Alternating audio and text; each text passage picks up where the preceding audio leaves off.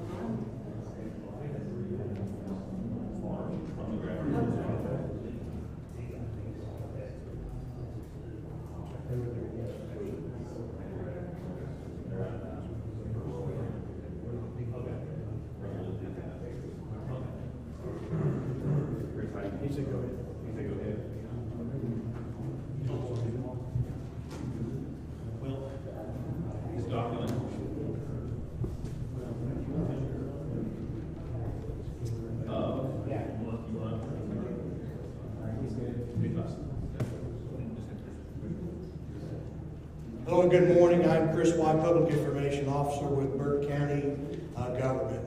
We're here this morning to provide an update on county operations with the cities and municipalities as well. Let me first introduce you to Commissioner Scott Moy. Thank you, Chris. Good morning. I'm Burke County Board of Commissioners Vice Chairman Scott Mulway. I want to thank everyone for being here to receive updates on the County Emergency Services team's response to Hurricane Helene and their ongoing efforts to serve our community as we recover from this extreme weather emergency. I'm incredibly proud of our team and how they've responded from the time the Board of Commissioners issued the emergency declaration up until now. They have all worked tirelessly, selflessly, and with an abundance of courage and compassion throughout this event. We owe them a tremendous debt of gratitude. I also want to commend our community for its resilience throughout this event and for the generosity of individuals, civic, and faith organizations, and our local business community. It's been amazing. In the first couple of days following Helene, we were able to serve approximately 6,500 people using donations just from this community. We've seen overwhelming support for our first responders as well. Our local restaurants have provided a countless number of meals to first responders as they have worked around the clock to protect and serve the residents of our county. Everyone on our emergency services team has responded with efficiency and skill under extraordinarily difficult conditions. And this didn't just happen by accident. It is the result of rigorous emergency training and planning that made our staff as prepared as they could possibly have been for this natural disaster. And all that training and planning will continue to yield benefits for our county for the weeks and months ahead. I'd also be remiss if I did not recognize our municipalities, the National Guard and FEMA, who have all been tremendous partners to the county. So special thanks to them. And I also want to mention, let's keep in our thoughts and prayers all the counties that have been affected by this storm throughout the southeast. At this time, I will now turn it over to my county manager, Mr. Brian Epley. Good morning. As Vice Chairman Moy mentioned, my name is Brian Epley. I'm the county manager here in Burke County. I want to say a sincere thank you to each of you for being here this morning. It's been a difficult stretch of days for us in Burke County. For our residents, they've shown resiliency and strength and patience. We're incredibly grateful for the employees that work for Burke County to serve those residents. The self-sacrifice that I've seen from our team here at the county, our emergency services folks, our special operations folks, has really been something that I have been impacted by. To our partners and our municipal partners, I say thank you to them to the volunteers, to the partners, as Vice Chairman always said, that provided food, that contributed donations. It's really been a testament to the spirit of our community, to their compassion, and it's something that I think will make us stronger on the other side. Our board approved a declaration of emergency following the state's declaration last Thursday, which enacted our emergency operation plan. That plan really has three fundamental phases. Phase one was all about life safety and emergency response. During the event was only a tick under 10 inches of rain here officially, but with the inflow of what came from the high country, we saw water levels and conditions that this region had never seen before. All of our lake levels were higher than our models could predict. I'm very proud of our emergency management function for the voluntary option to evacuate, and largely I believe that it worked. We have one confirmed death in Burke County, and that was a motor vehicle accident with a downed tree. I think that precautionary effort was heard. I think it was adhered to. We have experienced tremendous property damage, life-changing, and we were going to be with those folks and be with those community members and those parts of our community moving forward. But I am exceptionally proud of that life safety and response effort. Our second phase was about infrastructure assessment with a focus on supporting municipal water sewer, as well as the county's function, electric, getting roads open, and making sure that those infrastructure assets were properly evaluated. And then lastly, as we transition into this recovery and rebuild area focus, it's about making sure that the community is saturated with the assets that they need for life sustainability, and so they can begin to really rebuild what they may have lost. I want to share a couple data points with you that will be available. The county will be launching a dashboard following this meeting this morning. It'll be on our website, and all of this information can be found there. It'll be fluid and updated real time. It'll also use GIS layering. Since the day after the storm, beginning Friday afternoon, we've had teams of county officials that have been scouring the county, doing preliminary damage assessments. It's largely led to some of this information, but just to the robustness of the county response, I thought I would share some data points with you. As the hurricane roared through our region, our 911 system was immediately inundated with almost 4,300 emergency calls. At one point, we lost 911, it was completely down. Our backup emergency call system worked as designed and as planned, and we had about 300 calls routed to Catawba County. We sent telecommunicators from Burke County to the Catawba County 911 Center to field those calls and to take care of their people. It was so important to our folks to be able to be there for the citizens of Burke County as they were calling and in need. 48 to 72 hours post-storm, we deployed 75 swiftwater rescues. 75. That was to people's homes, that was to bridges, and I'm I could not be more proud of that team and that special operations team that reports through our folks here for the number of lives that they saved in those heroic efforts. Our team also was monitoring medical needs. We were able to do about 330 wellness checks through 911. We were administering and deploying things like oxygen to high-risk citizens, insulin, a variety of other special type medications. Again, these life-sustaining efforts that without power, without basic infrastructure, folks were really in a tight spot with trees down and access. Total, at this point, we have 246 structures that have sustained major damage, and even since this morning, you can see that we're now up to 251, so this damage assessment continues to mature. 34 have been permanently destroyed. So our thoughts and prayers are with all of those folks. This link will be live. People can also follow that to do self-damage assessment. So if homeowners download that form, it'll link up to this after it goes through our quality assurance function. But we're going to begin strategically shifting away from to more of a long-term recovery model. I think that's something that's important. Vice Chairman Mulway mentioned that in the hours following the storm, we were able to spin up a donation center at Foothills Higher Education Center. That donation center served about 6,500 folks over the last week.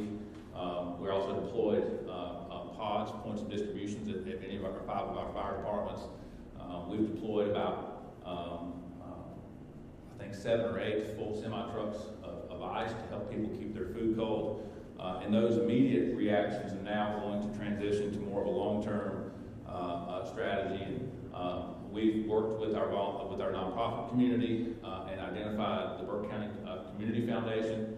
And we want to encourage people who still want, as we move beyond accepting donations and pushing those and suspend that temporarily at Foothills Higher Education Center, we want to transition to, for folks who want to contribute, to do so monetarily and make donations to Burke County Relief Fund, again, which will be managed by the Community Foundation.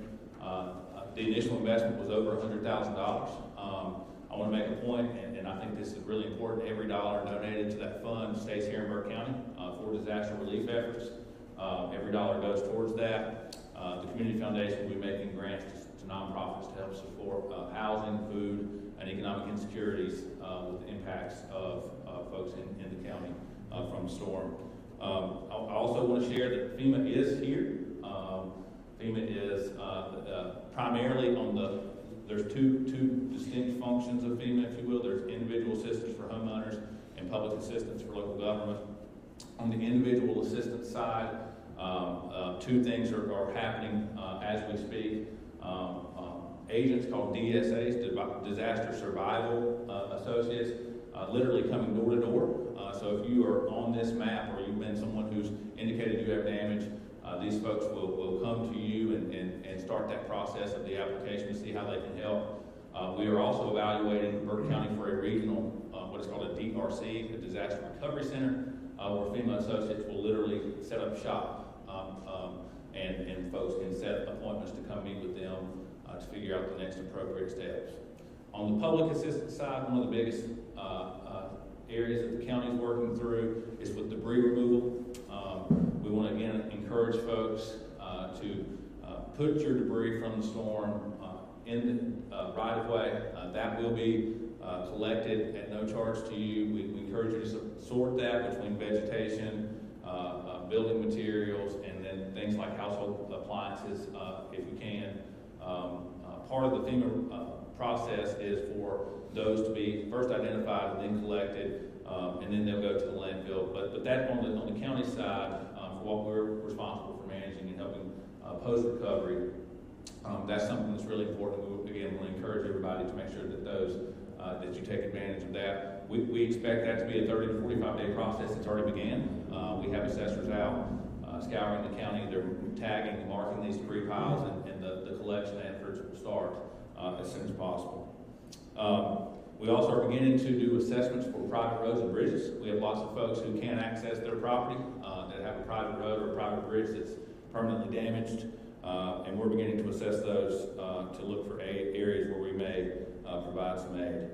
I couldn't be more proud to introduce our emergency management director. This really across the county, our entire team, every single department has shown self-sacrifice. A number of professional folks that have delayed their own interest and left their family to serve this community has been inspiring to me.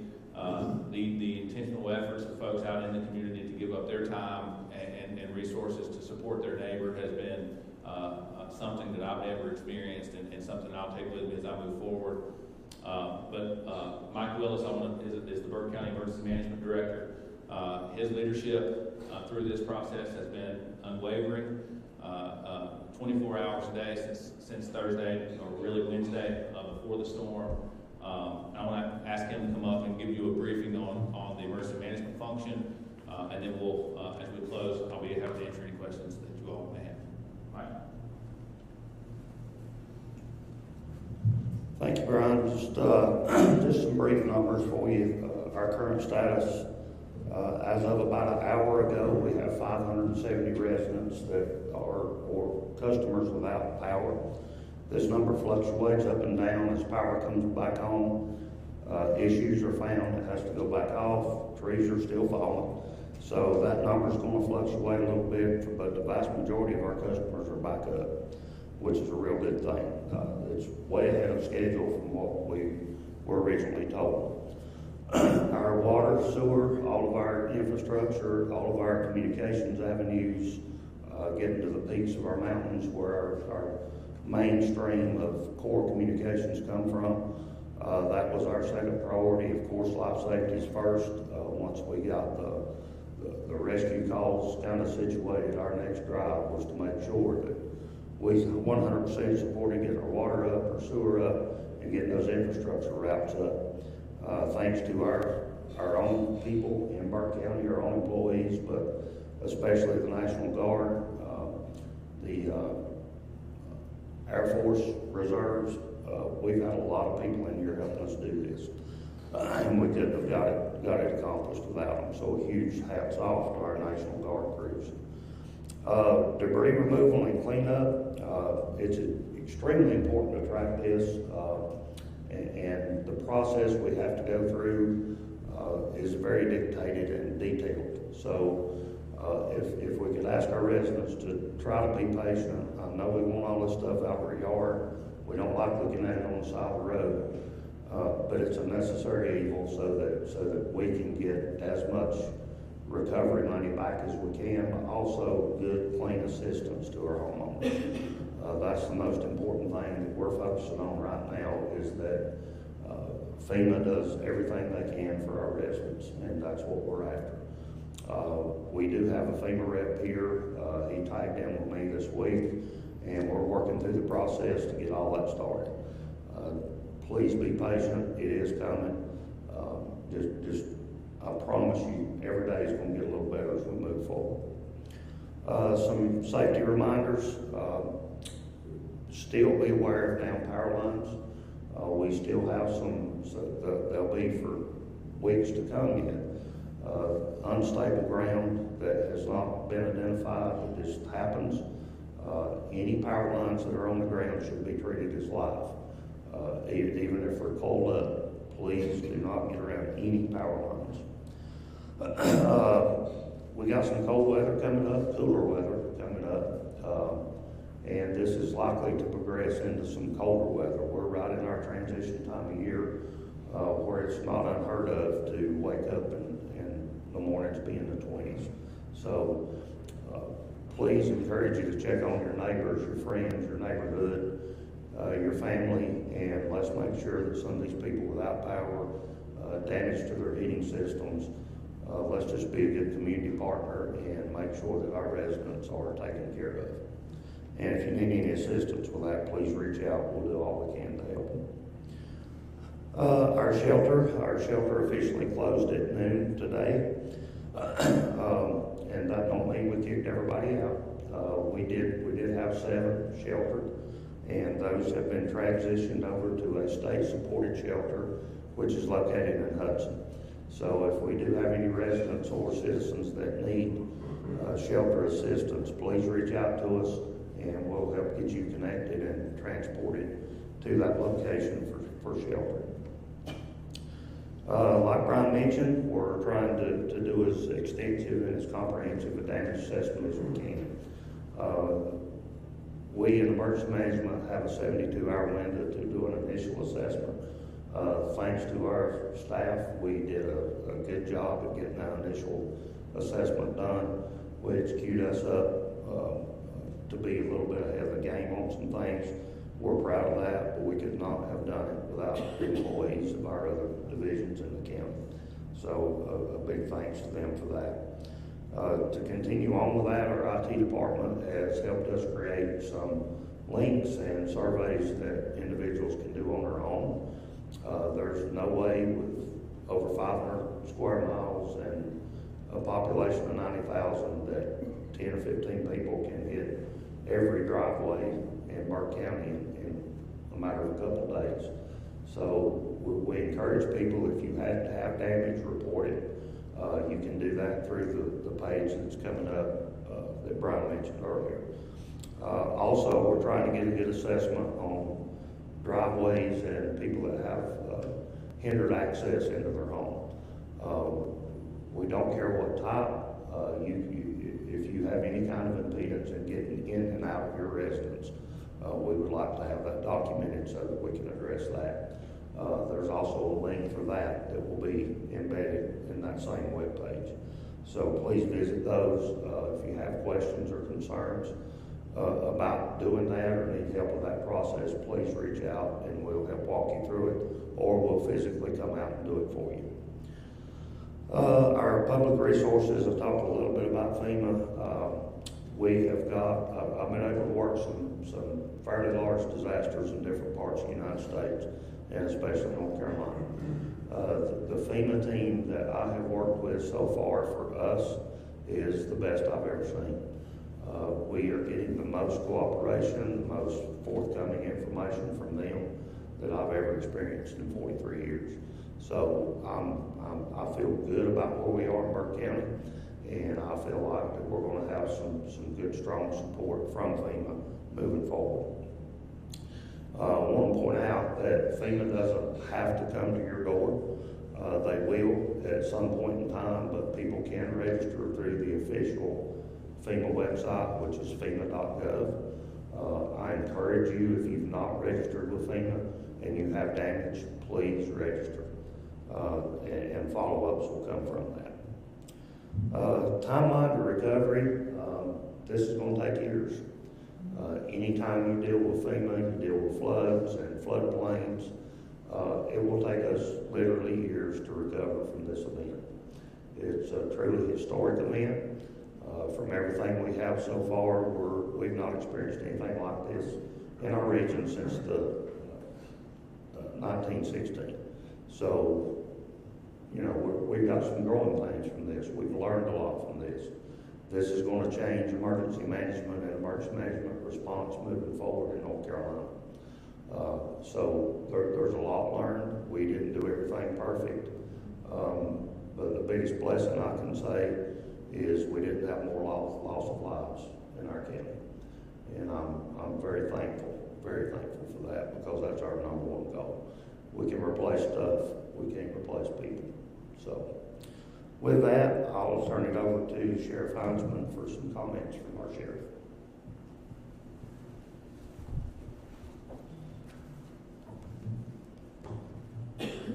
You know, the past couple of weeks have been very trying for the Burke County Sheriff's Office, as well as every other community or county department that is here today. And I just want to thank each of them for their partnerships: emergency management, or EMS, the health department, the county manager's office, 911 center, and the list goes on.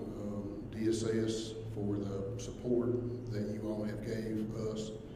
And of course, we have worked together, relied on each other heavily, and it's just good to know that you have those partnerships, and not just that, but the partnerships with our citizens. I was extremely proud of our citizens of Burke County. It reminded me of why I'm proud to be a citizen here myself, why I'm proud to be the sheriff of this county. We had citizens stepping up to cut trees out of the road so that us and EMS could get to calls for service. They didn't have to do that, they just felt a need. So I am so appreciative of our citizens and these agencies that are represented here and also throughout the county. We could not have done what we did without you all. The Sheriff's Office has shifted a lot of our divisions within the Sheriff's Office to handle calls for service, to provide the law enforcement presence within our county. We've had SROs. Luckily, there was no school during this thing. We was able to farm those out to our patrol. Our CID, we split those guys up so that we had a presence at nighttime to keep an eye on vacant houses and vacant businesses that didn't have power, to make sure that those people weren't out there trying to break into those things. And I think that presence, that proactivity helped us out in those regards. So we had to move about 110 inmates from the Burke County Jail to 2 other county jails because we didn't have water, and we had a generator, but things that you just don't think about, like cooking or even flushing a toilet in the jail, can cause you significant issues for those people staying in there. So we made a decision to move those inmates to 2 other counties. I'm very thankful for those partnerships with those other sheriffs. They were able to accommodate us, and we actually sent our staff down to Catawba County so that they could supervise our inmates in Sheriff Brown's jail. Very appreciative of that. We were able to bring them back. Everybody's back in Burke County. Thank the city for getting them, and Mike Willis for making it possible for us to have water in our jail, and just something as simple as water. I think a lot of people throughout this time saw the blessings that we have and that we take for granted. To flip a light switch on, you've got light. Turn the knob, you got water.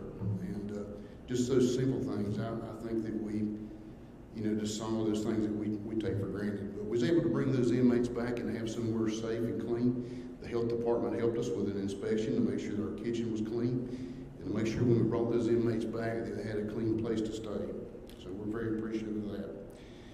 One thing that I've noticed, last week we had a significant increase in calls. A lot of it was welfare checks. We've done the best that we could to get to all those. I don't think that we have anybody who's unaccounted for able to make contact with those people. Of course, communications was horrible that first week. Cell service, radio service, emergency services really was tested, and the communications was horrible.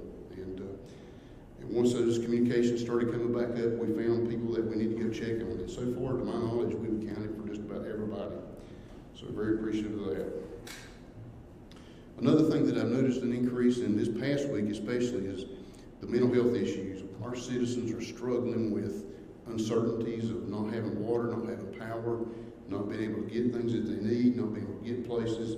Those things have caused significant increases in fight calls, disturbance calls, domestic violence calls. We've had an increase in domestic violence orders that we've served, even to include a homicide that we had earlier this week. So those pressures are out there. I would encourage our citizens to take a step back, take a deep breath, count your blessings.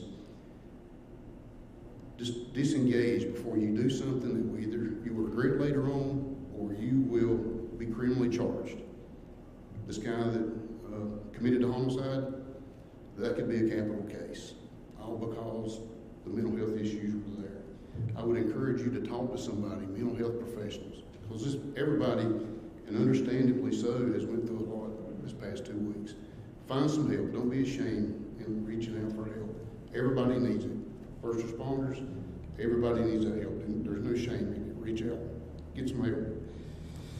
So, another thing I want to caution you about is scams out in the county. We've already had people to show up, especially at some elderly folks' house, and say, I can fix that for X if you go ahead and pay me. That's probably a scam. And don't trust people who just show up at your house. If you feel uncomfortable with the people who are there, call the sheriff's office or law enforcement. We would rather us go out there and check those people to make sure that they are legit instead of you losing tens of thousands of dollars to some scammer. Because they will come scam you out of money. They'll go lay down at night. They don't care. So please be very cautious about people who are trying to help you.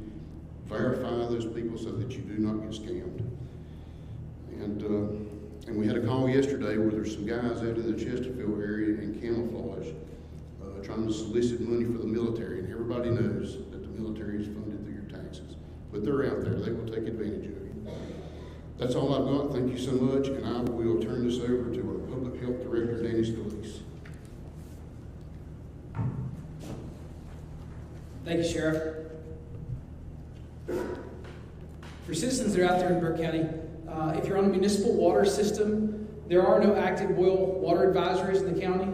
All of the restaurants in the county have complied with all the boil water advisories, and we appreciate that they've been able to help adapt to those rules and help feed everyone in the county during this trying time. We thank them for their patience and their willingness to work with our team to keep the county safe. Now, several of the households in the county are on a well system for their water. Burke County's well program began in July of 2008. Since then, we permitted roughly 926 wells, and many wells were done before that time. Older wells may be at greater risk for contamination from bacteria. If you have a well and you believe it's compromised, you should use bottled water only and use the well water just to flush your toilets. Bottled water is currently available at the distribution center at Foothills Higher Education Center should you need it. The North Carolina Department of Health and Human Services is in the process of sending us free test kits so that we can test people's wells for that were directly impacted by Tropical Storm Milton. Things you need to know: was your well underwater? Were there large pools of water around your well? And once your power was restored, was there any change to the color or the odor or the taste of your water? Once we get these samples, they will travel by courier, and they have a 30-hour time frame. So there's some scheduling that we'll have to do from the time the sample is taken to the time it's tested. Typically, well bacteria sample test results are done within 72 hours. I'd like the public to know that this is not a typical time. We are forecasting longer than usual wait times for these results. The only people that should work on a well are the owner of a well, a licensed plumber, or the certified well contractor. We would prefer the certified well contractors. A list of those well contractors is going to be on burknc.org/Helene. Before testing, the well must be disinfected. There are resources available about disinfecting your well on burknc.org/Helene under the heading Well Information. The North Carolina Department of Health and Human Services is creating a disinfecting kit they will be sending. We should receive them sometime next week. They will be made available to the public, and we will let you know on social media once we receive them. You do not have to wait for disinfection kits. You may use chlorine bleach and follow the disinfection directions available on burknc.org/Helene, or you can come by the Environmental Health Office for a hard copy of that. The disinfection kits, once they get here, will have instructions and the supplies necessary for someone disinfecting prior to inspection. Once we begin scheduling, citizens will call or email Environmental Health Unit. They will fill out a form to give us all the information necessary to come and take the sample.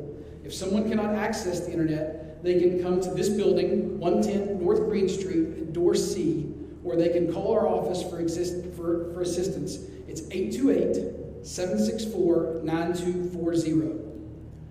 We will get a list of FAQs up on the website today. Any citizens that have questions, please call our Environmental Health Unit. Once again, 828-764-9240. We've also set up an email for people to send any questions about well that they can. It's environmentalhealth@burknc.org. If you have septic systems related to damage and you need repair, you will also need a permit for repairs, and you can use those same contact information to contact us for any questions there. I'd like the mayor and representatives from the City of Morganton to come on that.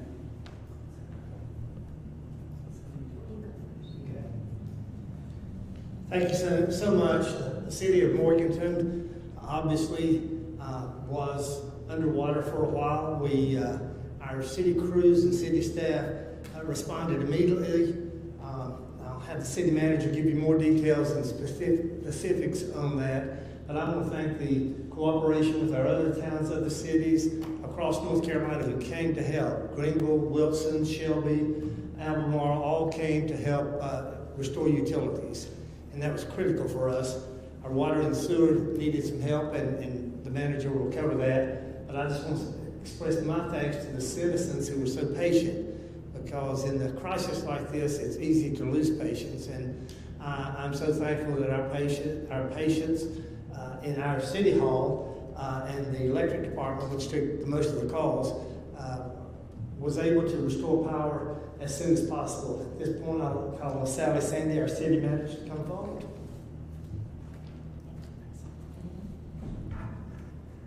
Thank you for the opportunity today to talk about what has gone on in the City of Morganton for the last few days. And I'd like to start by thanking the folks standing behind me for their leadership and their partnership in getting our communities back together. So thank you. And to those folks sitting beside us and the cooperative nature in which we have approached this disaster, I think has been phenomenal, and that is very appreciated. For us, we started with a little bit, much like the county in the life safety portion, but we very quickly, hours into the storm, switched to the infrastructure piece as the water provider, the sewer provider, the electric provider, the internet provider within the City of Morganton. On 9/27, we basically lost service to all of our customers in all of those functions. And that is over 10,000 water customers, over 8,000 electric customers, 5,000 Compass customers, and about 7,300 sewer customers. And so we went to work.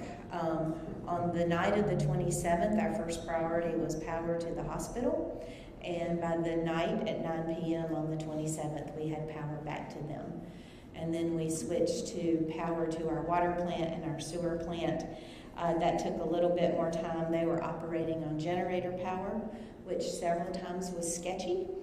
And they were operating in that capacity because we lost our raw water pump system. It was completely underwater for days at our water plant, and our influent pumping system at our waste treatment plant was underwater for days. Great contractor support, and I shout out to Charles Underwood. That crowd prioritized us. They came as soon as we could get to pumps. They took them out. They took them back to their facilities. They dried them, they refurbed them, and they were back and restoring them so that we could continue to stand up those services. By 10/1, the water system, I'm sorry, yes, that's right. By 10/1, the water system was fully stabilized. The distribution system, all of our tanks and lines, and we provide water to the town of Drexel, to the Brentwood Water Corporation, to Burke County, western parts of Burke County. We were fully stabilized. Our distribution system was full, and our testing was done. And by 10/1, 4 days after this started, we began lifting our rural water restrictions in areas of the city. Super proud of that effort and really very grateful. Our wastewater plant took a little bit longer. By 10/2, we were at 25% capacity. By 10/4, I was at 75% capacity, and we were starting to bring online our largest industrial customers in reduced capacities so that they could gear up and put people back to work. And proud to say that as of 10/7, all of our large industrial customers were back online, and we are functioning in water and sewer really today at 100% capacity. There are some things we're going to have to go back and fix later. In my distribution and collection system, where we collect the waste and where we distribute the water, that work is still ongoing, and we are probably weeks away from that. We are walking out fall lines, finding, after we clean the debris off so that we can access them, finding leaks and issues, and those are being corrected. We have been supported by the city of Lenoir and the city of Albemarle with crews that are still here today working with that crowd so that we can get that system up and running and get our leaks stopped sooner, and we are appreciative of those partnerships. As of today, I have about 90 customers on our Compass system without service. 60 of those are in one area where we had to wait for some power restoration by Duke Energy. Part of my system, even though we're the public power provider, and I'll get to that in a second, we do have part of our system served by Duke Energy, and so working in conjunction with them, that's going to be reduced to about 30 customers today. Parks and recreation, we are the biggest park and recreation opportunity, and we talked earlier about mental health, and we've been concentrating on trying to get some of those opened up for our citizens so that they can release some tension and have some opportunities to get outside and look at things a little differently. We have 12 parks. They were all damaged. Several of them underwater. Today we have 6 parks fully reopened and are working on the others. I need to mention the Greenway. That is a heavily used park. It is not open. We are in the process of assessing the structural damage to our bridges and clearing debris and looking really at the condition of the Greenway, and that will be a while, so we ask for patience for that. In my community house operations, and that is a local banquet facility that we have the privilege to own, and I have the staff there. On the night of 9/27, our chef and her family that did not have power made their way to the community house And that night, she and her family started with a gas grill serving city crews that were out and about and working with the food at the community house. By the next day, on Saturday and Sunday, that operation had shifted to a 3-meal-a-day operation with 130 community volunteers that came together. That operation ended yesterday at lunch. In that, we served the city crews that were working and responding, the county crews at the health department, the EOC, the 911 center. I missed something. Sheriff's Department. Did I miss EMS? All of them. And as of yesterday at lunch, we served over 4,700 meals out of that facility with our staff and our volunteers, and I could not be more proud of that. Electric.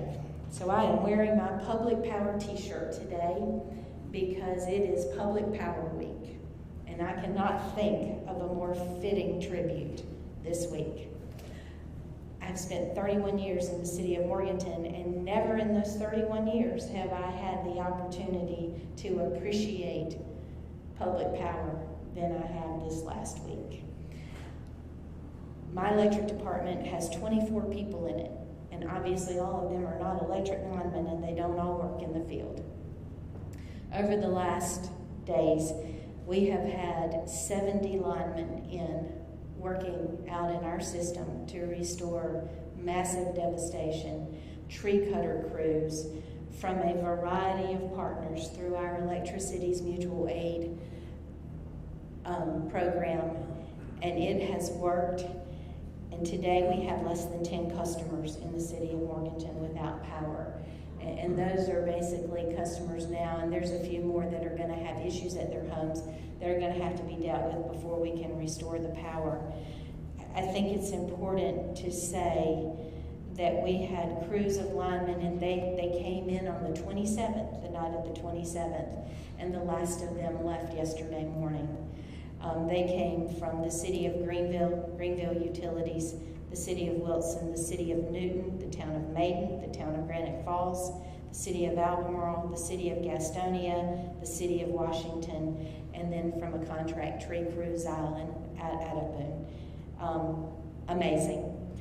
The city of Statesville, High Point, also sent us supplies along with all the other cities I just mentioned, and they delivered poles, transformers, arms, you name it. They delivered it, and they delivered it to us multiple times each day. And for that, we are very grateful. And truly, that effort has been large and amazing. We have spent time trying to take care of our community within the city that has been really their lives turned upside down. We have had 14 homes with significant damage and some flooding in several areas in homes. We have 14 homes that are unsafe to be occupied currently. We have 55 businesses that flooded. All of our commercial property has been visited and evaluated by our building inspections and that team. And these homes most definitely have. We have done over 60%, laid eyes and inspected over 60% of our residential properties. We are now relying on the homeowners at the others to call us if we need to get out, and we will do that. Our efforts have been to restore restaurants and to work very closely with those folks and getting them back up so that the people of Burke County can eat. And that has been our top priority there. We are now switching to homes. I need to emphasize that no home or business in the city has been condemned.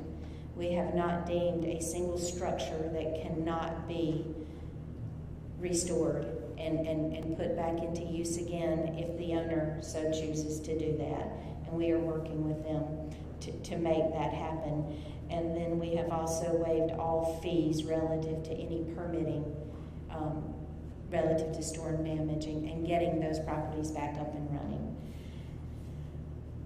It has been quite an effort, and it has been very rewarding in this effort to go through it with partners. and to have, and out of all that, we've received donations, we've received gifts and supplies that have been brought to our people who are working, from contractors that we work with, from consultants that we work with, and the outpouring has been amazing. And thank you to all of these partners, and now it is my pleasure to introduce to you the town of Drexel, the mayor and the manager. Thank you. Good morning to everyone. So I'm the manager of the town of Drexel, Bill Carroll. We're a small town, about 1,800 residents, just to the east of Morganton. And we are also a water customer in Morganton. So we, along with Morganton, dealt with the water crisis. And that was certainly something we didn't anticipate and expect. But thanks to the city of Morganton and resolving that issue, getting our system back online, and to our staff, public safety, of course, who were out there during the storm, saving lives, preventing vehicle accidents, and just keeping the town safe. And also to our public works crews who were out there that morning, throughout the night, trying their hardest to get people back on power. Our initial strategy was, given a large circuit we have that goes up a back road where a lot of trees fell, but it also serves our pump station for our sewer and our distribution system for our clean water. So that was our number one priority. And I was on the phone that evening with City of Greenville crews on their way to assist our small town. We only have 3 electrical linemen on staff, and we had more on Sunday. We had 23 linemen. So I said to those crews that we wouldn't have been able to climb out of this for probably a year, maybe 2, with our power system. More than 50 poles had to be replaced. Hundreds of feet of wire had to be pulled. That effort just wouldn't be possible for a small town like Drexel. Thanks to those partners, through electricities, through our other public power agencies, we were able to get that done in 10 days, which would have taken years, or at least a year. And of course, thanks to the city of Morganton, opening up the community house for our workers was huge. Because one thing you don't think about when you're trying to organize this is, where are people going to stay and where are they going to eat? We've got to keep them fed, we've got to keep them housed. And the city of Morganton came through for our small town and really assisted with the community house and their staff. They were so excellent with not only the quality of the meals, but the variety of meals.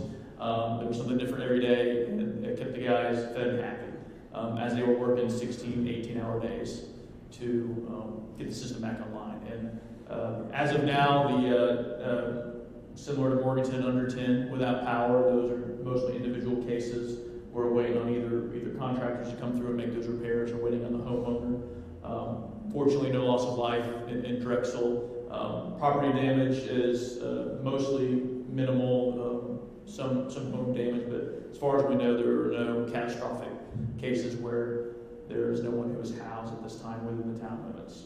And of course the county manager, and everybody at the county, keeping us municipalities, even the small ones, informed about what's going on, having regular meetings. We can't thank them enough for being a partner and helping us to get the message out, because they have a bigger staff and more resources than we do, and they've been imperative in helping us do that. Even now, as I've had meetings with some of their finance staff and helping with the long term and helping with FEMA response and FEMA grants, they have made clear to me that they are here to help no matter what we need. So I can't thank enough to the county for their efforts, and of course all the public safety professionals who helped save lives that day. And our water system, electric system, and sewer system is back online at 100%, less than 2 weeks from the disaster, which is a testament to the people out in the field and the guys who are doing this work, guys and girls who are doing this work. So thank you for that. And at this time, I'll let Dennis Anthony, our mayor, have your comments if you'd like to add anything. Thank you, Bill. This hurricane was really just something that you never think of. But I would definitely start off with, I would like to thank all of the guys behind me with Burke County that has helped us tremendously and helped everybody else tremendously, and Mayor Thompson and his crew, and even Mayor Watts and everything. I mean, we have all come together as one unit and really made Burke County come back to life. We've got a long way to go, still got some things to do, but we are getting there. We were fortunate in Drexel not to have any flooding areas. We just had a lot of trees down, some areas worse than others. Bill come in, we hired him in January. He has come in and he took control, and he come in and took care of everything and coordinated everything with our people, or with Roger Burleson, our maintenance man, Chief Ritchie, and Chief Wilkie with the fire department. Plus, I would like to thank the city of Greenville and the city of Wilson for letting some of their guys come and help us out. That was a tremendous help there. So as I drove around Saturday and checked and see what was going on with damages and stuff, I was just amazed at how the people of Drexel were already out, and I'm sure they were everywhere else, but the people, neighbors helping neighbors, getting trees out of ways and everything like that.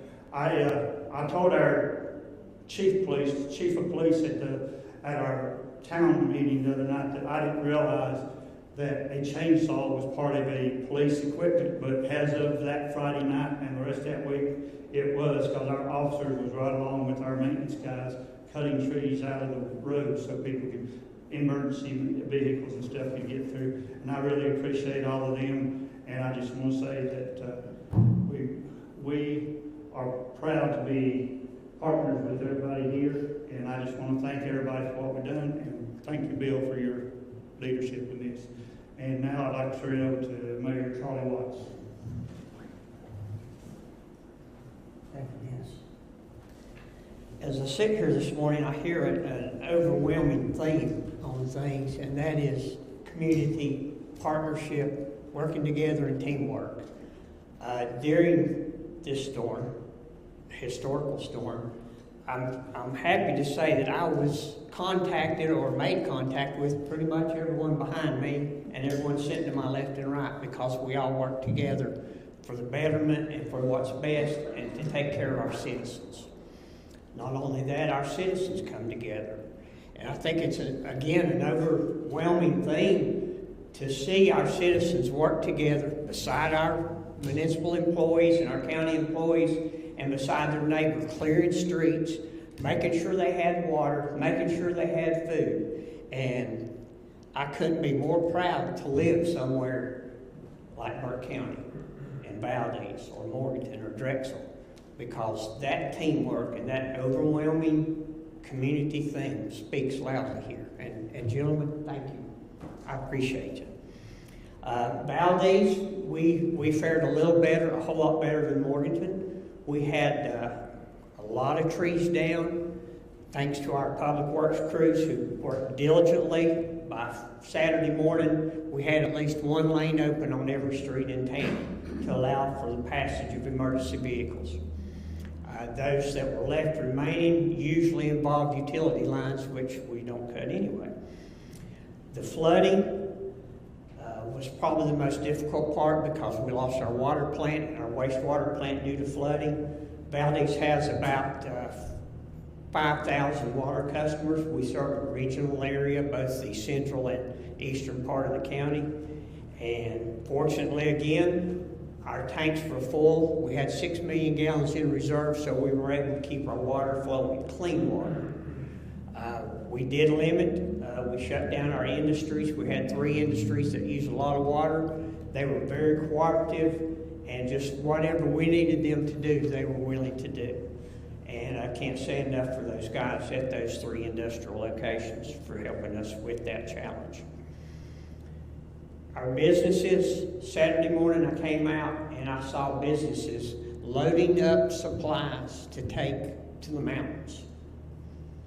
And folks, these are citizens who have no idea what emergency management means or what emergency response is. They responded to that need out of love of their heart to make sure their fellow North Carolinians were took care of. can't say enough for our employees who worked diligently for the last week or more, restoring our streets, restoring our water, ensuring that our town was back up and running to provide the highest level of services possible for our citizens. Like the other municipalities, we had outside help. The town of Maiden came in and helped clear our streets. And kudos to them. I can't thank them enough for their help for that.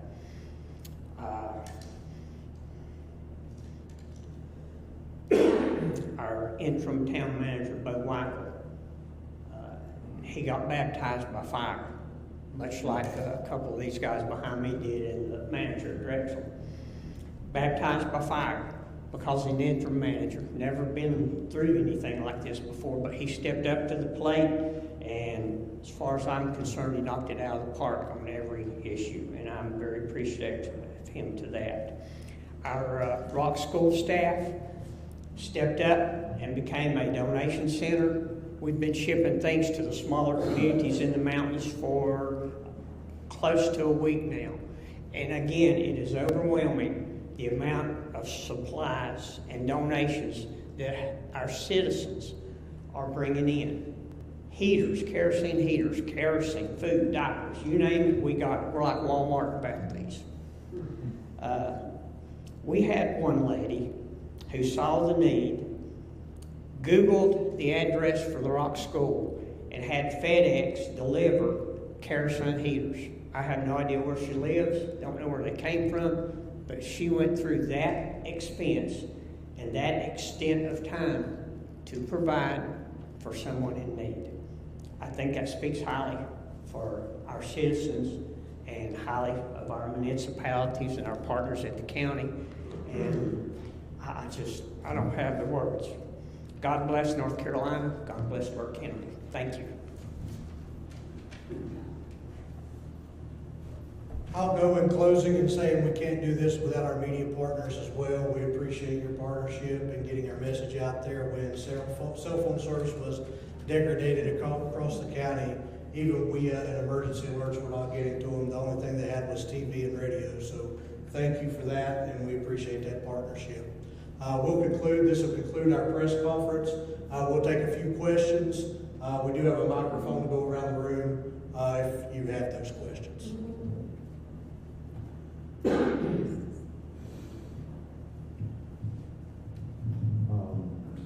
I noticed that there's no one really from the school, but can y'all speak on as far as the plan, as far as the school, is it a long-term plan or anything?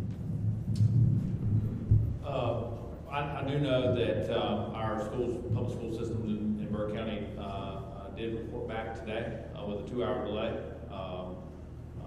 And we've been working closely, Dr. Swan and his administrative team have been working closely with the health department, social services, with all of our emergency response functions to make sure that the schools were safe and ready to be reopened.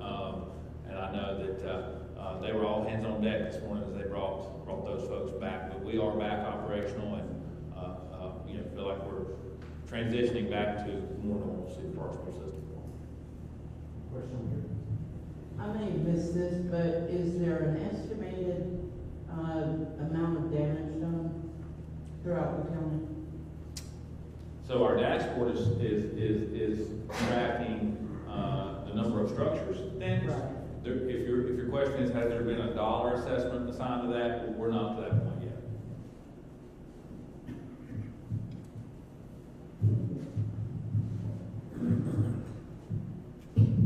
You guys had touched on this earlier, in regards to the federal response, FEMA, obviously, you guys were talking about that. Any National Guard presence here in Burke County as well? Yes, sir. We have a large contingent of National Guard that are working out of the regional training center off of Western Avenue. They're supporting us along with other counties. There's a fairly large contingency over there. Okay. Something else y'all touched on, talking about how cold it's going to be getting over the next few nights. 30 is likely in Greater Burke, maybe even here in Morganton as well, Thursday night, Friday night.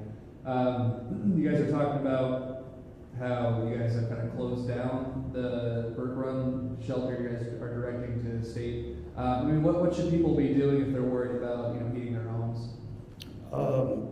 Just reach out to us if you have any questions. Fortunately, our residents are very resilient. Burke County is a strong county, it's a strong community, and we have strong people here. They're pretty accustomed to taking care of themselves, but they can reach out to their local fire department or to us directly, and we'll do what we can to make sure that they're taken care of. Gotcha. And final question, are you guys encouraging outside volunteers coming in, if they're bringing wood, they're bringing kerosene, anything like that? We're working to funnel our volunteer coordination into a group that's really not under a county umbrella. One of our personnel that works in administration is now trying to balance that and match the needs that we're getting calls about to a volunteer resource to help them mitigate that. So and more of that will be on our website when we get that done. Gotcha.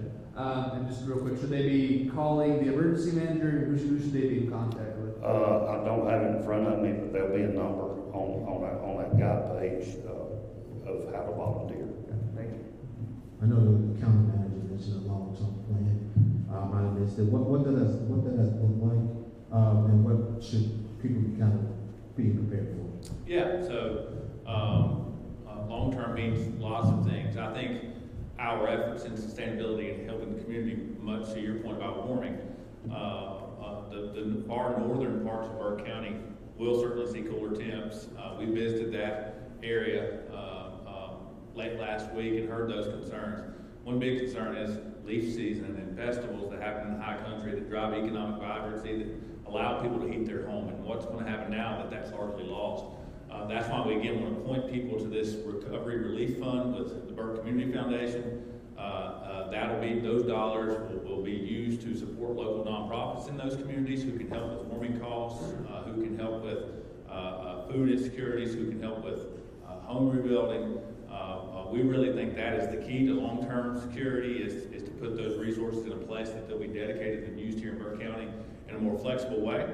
So instead of acquiring, not that water and MREs and diapers aren't needed, but we would really like to encourage our folks to, instead of procuring those commodities, to instead put those resources in this relief fund and then have confidence and trust that it's going to be used to help our community rebuild and recover in a more flexible way.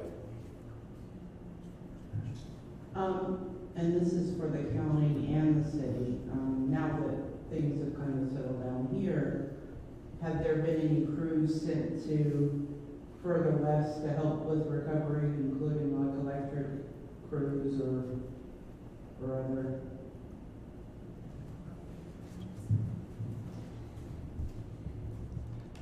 We have not sent any of our city crews west. And that would happen for us through electricities, and we are the most western electricity in North Carolina. We have, during the last several days and last week and a half, have had folks coming from the eastern part of the state that, for instance, have brought trucks and opportunities to serve food and things. They wanted to come here, and we have encouraged and gotten them further as far as Old Fort, Black Mountain area to encourage them to serve there. And some of our folks have gone with them to help make that possible because we didn't feel like we had that strong a need and that our neighbors to the west needed that. Let me introduce Ed Phillips with our Director of Tourism. So I just wanted to address our outdoor recreation in Burke County. We're known as Nature's Playground. We are updating our website, discoverburkecounty.com, every day with what's open. But if you don't see it on there, that it's not mentioned, it's closed. So we're keeping it updated every day. Our state parks, both state parks, are closed until they finish an assessment and determine if it's safe to open. The Pisgah National Forest, the grandfather district, is essentially closed. I spoke with Nicholas Larson yesterday. They're working on road infrastructure that allow people to access homes, vacation homes that are located in or adjacent to the National Forest. Other places like Table Rock, Linville Gorge, Wiseman's View are all closed until further notice. I was up Sunday on the Blue Ridge Parkway at the Linville Falls Visitor Center. They're still doing assessments on the parkway. The parkway is closed until further notice. The Linville Falls Visitor Center was destroyed by the flood, so it's going to be a long recovery up there.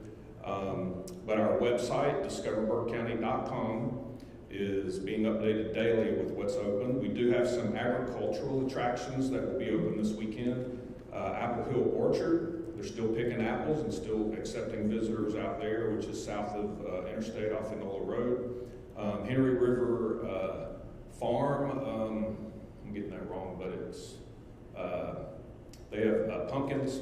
They raised over 4,000 pumpkins. The ones that didn't get washed away will be for sale this weekend. So they're open Thursday, Friday, Saturday. And so we do have some places open in Burke County for local residents. We're not actively advertising or recruiting visitors from outside the area to come and visit at this time. And when that gets more things open, we'll resume that. Thank you, and thank you for joining us. That'll conclude our press conference today.